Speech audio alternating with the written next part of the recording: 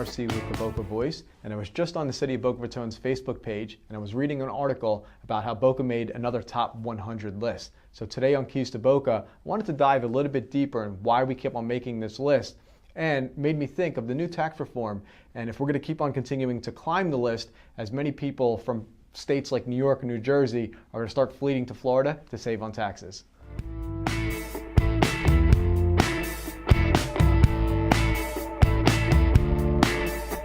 So I thought it'd be a little bit more fitting, more fun to head downtown, get out the office and talk a little bit more about this. So what do I mean? Why would a bunch of people all of a sudden want to move to Florida?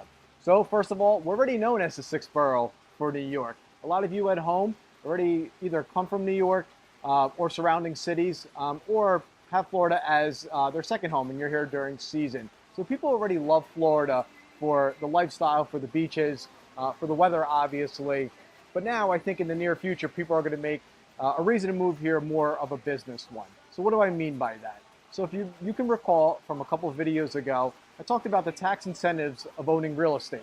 I also talked about the new tax reform and how those incentives are potentially going to change. One of the biggest changes is the state and local tax deduction. So currently, when you're going to file your taxes this year, you can write off your property taxes, you can write off your state and local taxes, and there's no threshold to that. Next year when you file your taxes, that's going to be capped at $10,000. So if you live in a state that has high taxes like New York, New Jersey, you're going to really think about if you still want to call New York home or New Jersey home. And some of the places that you're going to think about moving obviously are going to be Florida for those reasons I've already mentioned, like lifestyle and weather. You're really going to crunch the numbers and really think if it's worth it or not to you. We can see this all the time too. If you guys are sports fans, this happens a lot with athlete negotiations. So when these general managers and owners are negotiating with these athletes, these multi-million-dollar deals, that dollar amount for these Florida sports teams may not be as high, but when you take into consideration no state tax, that plays into millions of dollars.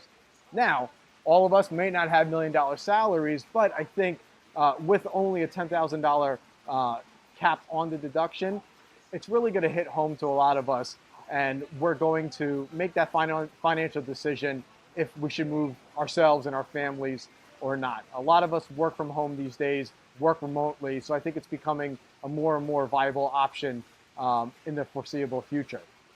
Also, so if all these people start coming to Florida, where are they going to live? So that brings us into development.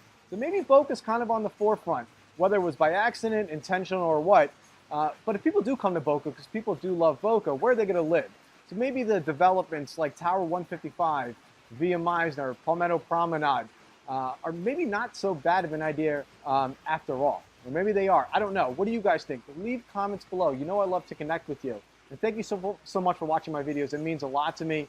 If you haven't yet, make sure you head over to our Facebook page at The Boca Voice. Hit that like button. We talk all things real estate, politics, restaurants, charities, everything else in between here in Boca. I'm Ben Arce. I'll see you next week on Keys to Boca.